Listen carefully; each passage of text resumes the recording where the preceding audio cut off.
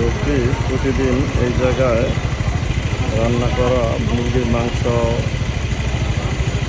গরুর কাবাব নিয়ে বসে। ওনার নাকি অনেক ক্রেতা। এগুলো হচ্ছে বড় লোকেরা যারা অনুষ্ঠান করে বেঁচে যাওয়া যেই খাবারটা থাকে, এই খাবারটা নিয়ে বসে এই নয়াবাজার বাউবাজার ব্রিজের পাম্প সাইডে। উনি প্রতিদিন এভাবেই এই খাবারগুলো নিয়ে আসে, আর এগুলো হয়তো তার ক্রেতারা নিয়ে যায়। আমি আজকে জিজ্ঞেস করলাম এই খাবারগুলো কারা কিনে, প্রতিদিন কি সেল হয়ে যায়? সে বলে এখন তো কম, অনেক সেল হয়। প্রথম আগে দেখায়।